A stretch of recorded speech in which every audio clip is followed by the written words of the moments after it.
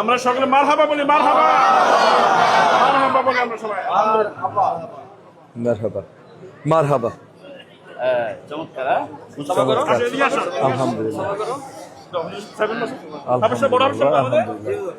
দোয়া রাখছি তোমার জন্য বাবা। মাশাআল্লাহ। আসসালামু আলাইকুম ওয়া রাহমাতুল্লাহি ওয়া বারাকাতুহু। আমার নাম ববি হাজ্জাজ। আমি আশা করছি আপনারা ইতিমধ্যে আমার নামের সাথে একটু হলেও পরিচিত।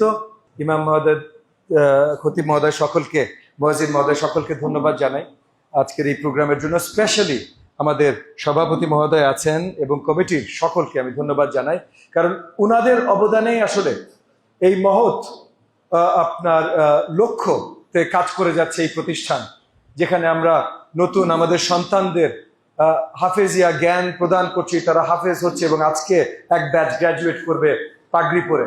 আমার প্রাণ প্রিয় নতুন হাফেজিয়া পাগড়ি যারা পাচ্ছেন, আমার স্নেহের আদরের তরুণ সন্তানেরা, ভাইয়েরা, কেমন আছেন আপনারা?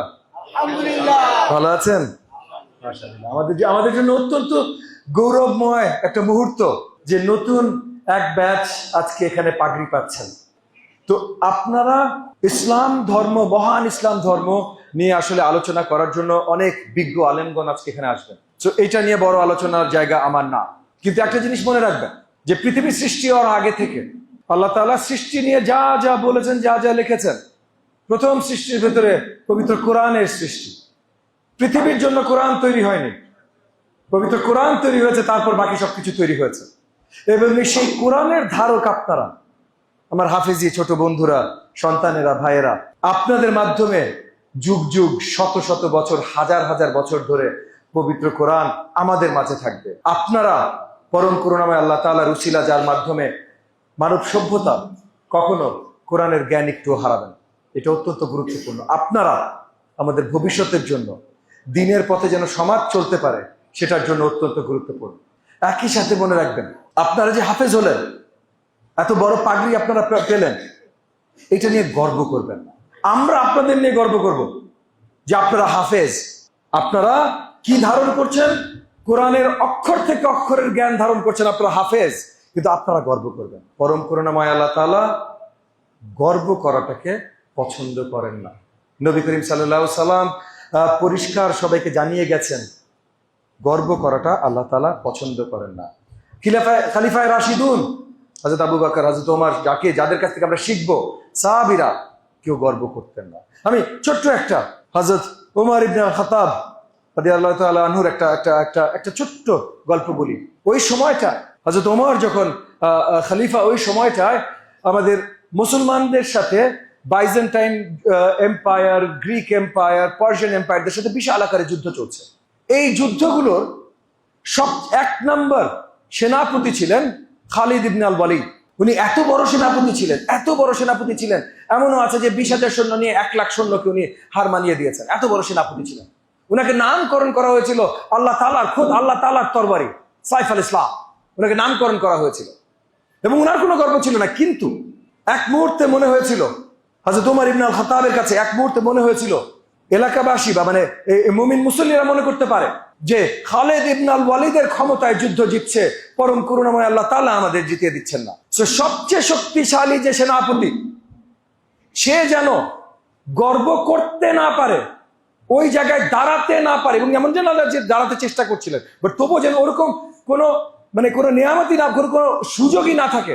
ওই যুদ্ধের ময়দানের পরে ওনাকে সেনাপতি থেকে অপসারণ করলেন, যেন গর্ব করতে না পারে। কারণ পরম করুণাময় আল্লাহ তাআলা গর্ব পছন্দ করেন না।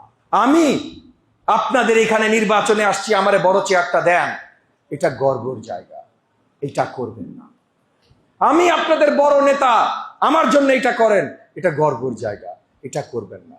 এবং নেতারা না, আপনারা হাফেজ, আপনাদের থেকে আমাদের প্রত্যাশা আরো বেশি। আগামীতে আপনারা এই যে সঠিক শিক্ষাটা, অক্ষর থেকে অক্ষর কোরআন শিক্ষা, এইটা আপনারা সব জায়গায় ছড়িয়ে দেবেন, এটা নিয়ে গর্ব করবেন না, এটা আপনাদের দায়িত্ব, সব জায়গায় ছড়িয়ে দেবেন। আপনারা আমাদের মধ্যে অনেক স্নেহের, আপনাদের বয়সের জন্য আপনারা অনেক স্নেহের, অনেক আদরের, কিন্তু যে জ্ঞানটা আপনারা ধারণ করছেন, সেই জ্ঞানটা অনেক সম্মানের, অনেক সম্মানের। এই সম্মান আমরা আপনাকে দেব, আপনি গর্ব করবেন না। এই একটা জিনিস আজকে আপনাদের মুরব্বী বলেন, আপনাদের আদরের চাচ্চু বলেন আর ভাই বলেন, যেটাই বলেন, খুব আদর স্নেহের সাথে আপনাদেরকে বলে গেলাম। আপনাদের সম্মান আছে আজকে এবং আগামীতে, আমরা সকলে আপনাদের সম্মান দিব, কিন্তু আপনারা গর্ব করে সম্মান ডিম্যান্ড করবেন না, ঠিক আছে? আমি আমার বক্তব্য লম্বা করব না। আপনাদের সকলের আদর ভালোবাসা আমি নিজেও একটু চাই। আপনাদের সেবার দায়িত্বে আছি, আপনাদের সেবা করছি, আগামীতেও যেন স্বতঃস্ফূর্তভাবে আপনাদের সেবা করতে পারি, সেই সুযোগটা আমি দোয়া করি আপনারা আমাকে করে দেবেন। সবকিছু দেওয়ার ক্ষমতা আছে পরম করুণাময় আল্লাহ তাআলার, কিন্তু আল্লাহ তাআলা তখনই আমাকে তৌফিক দান করবেন কিছু করবার, যখন আপনারা সকলে আল্লাহ তাআলার কাছে হাত তুলে আমার জন্য দোয়া চাইবেন, আপনারা সকলে আমার জন্য কিছু করবেন।